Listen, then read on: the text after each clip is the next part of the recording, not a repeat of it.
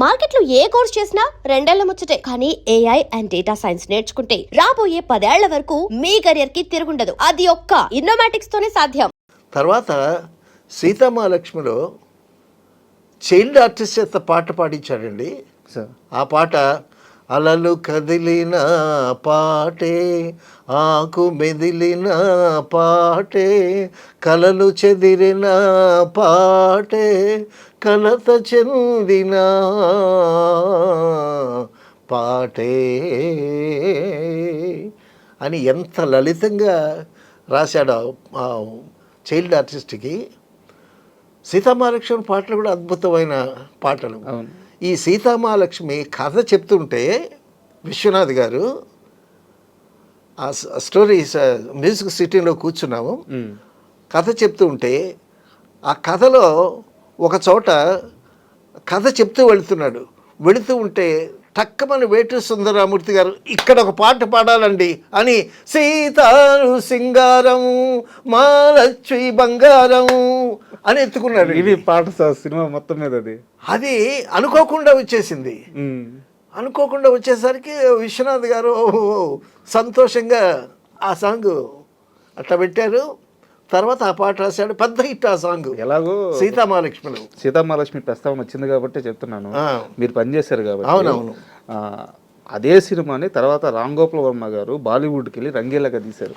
అవునవును, అదే కదా, అది మనం చెప్పుకున్నాం. తర్వాత సిరిశ్రమ సింగిల్ కార్డు అయింది, అన్ని పాటలు ఈయనే రాశాడు. తర్వాత చాలా మందికి తెలియని విషయం, సిరిశ్రమ మాటలు కూడా వేటూరి సుందరరామూర్తి గారు రాశారు. మాటలు వేటూరి సుందరరామూర్తి గారు రాశారు ముందు, తర్వాత పాటలు రాశారు. తర్వాత జంజాల గారు వచ్చాడు విశ్వనాథ్ గారి దగ్గరికి. అయితే మేమందరం ఫస్ట్ సాంగ్ ఏంటంటే జుమ్మంది నాదం సాంగ్ ఊటీలో షూట్ చేయాలి, దానికోసం ఊటీ బయలుదేరుతున్నాం మేము. సో మాతో పాటు వేటూరి సుందరరామూర్తి గారికి టికెట్ తీసాం. ఈ పాటలు చాలా చాలా బాగున్నాయి, సిరిసిరమ పాటలు అనేటటువంటి ఒక ప్రచారం వచ్చేసరికి ఇక ప్రొడ్యూసర్లు డైరెక్టర్లు అందరూ వేటూరి సుందరరామూర్తి గారి మీద పడ్డారు. ఓకే, ఇప్పుడు ఈయనేంటి వేటూరి సుందరరామూర్తి గారికి టికెట్ బుక్ చేసాము, ఈయనేమో మాతో పాటు ఊటీ రావాలి.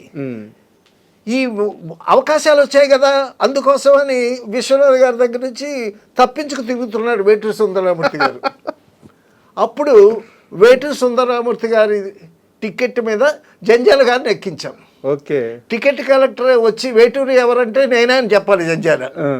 సో ఆ విధంగా మాటలు కూడా రాశాడు, పాటలు వేటూరి సుందరరామూర్తి. మీరు సిరిశ్రమల కార్డ్స్ చూస్తే మాటలు వేటూరి జంజాల అని ఉంటుంది.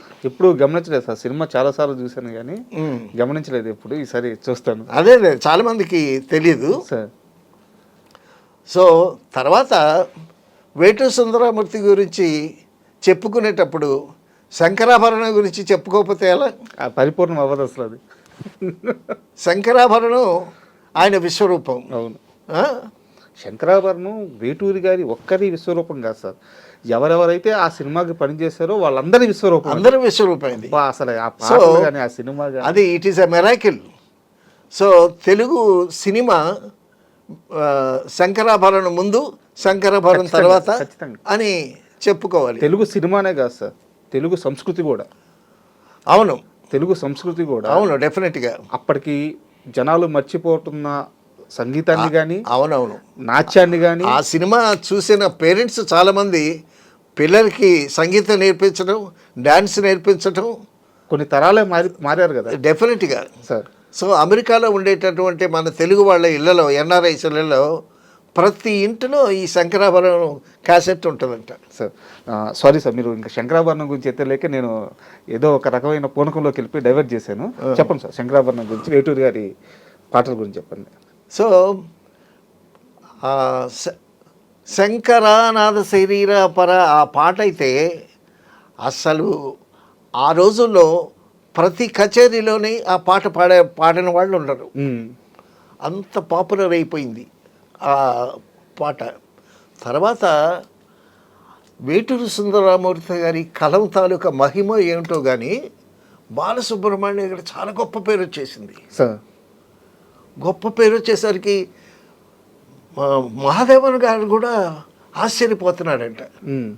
ఆశ్చర్యపోతుంటే ఒకసారి బాలసుబ్రహ్మణ్యం గారు మహాదేవన్ గారి దగ్గరికి వస్తే, ఒరే ఇది ఒక అద్భుతం రా,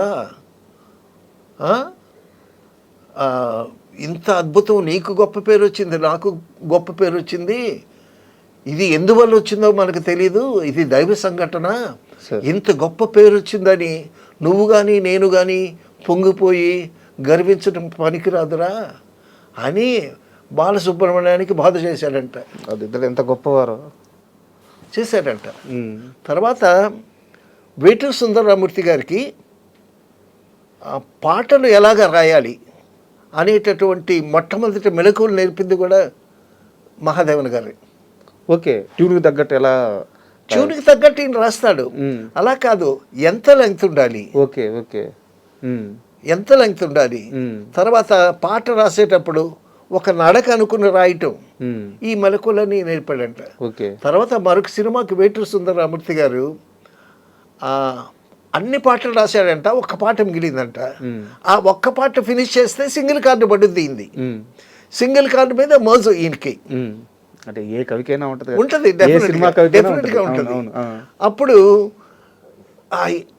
అది కుదరట్లేదంట, ఆ మాటలు కుదరట్లేదంట. కుదరకపోతే మీది కుదరట్లేదు చూనికానంటే, మామ నువ్వు ఎలాగో కుదిరించు మామ సింగిల్ కార్డు మామ అని అంటే, అప్పుడేమో ఈయన రాసిన మాటలే రిపీట్ చేసి తాళానికి సరిదేసి చేశాడంట. ఆ విధంగా వేటూరి సుందరరామూర్తి గారి ప్రయాణం విశ్వనాథ్ గారితో, తర్వాత మహాదేవన్ గారితో అద్భుతంగా సాగింది. So Shankarabharanam is the ultimate. Veturi Sundararamamurthy గారి ఆయన ప్రతిభ గురించి, ఆయన ప్రాభవం గురించి, ఆయన సినిమా వైభవం గురించి చెప్పాలి అంటే శంకరాభరణం ఈజ్ అల్టిమేట్.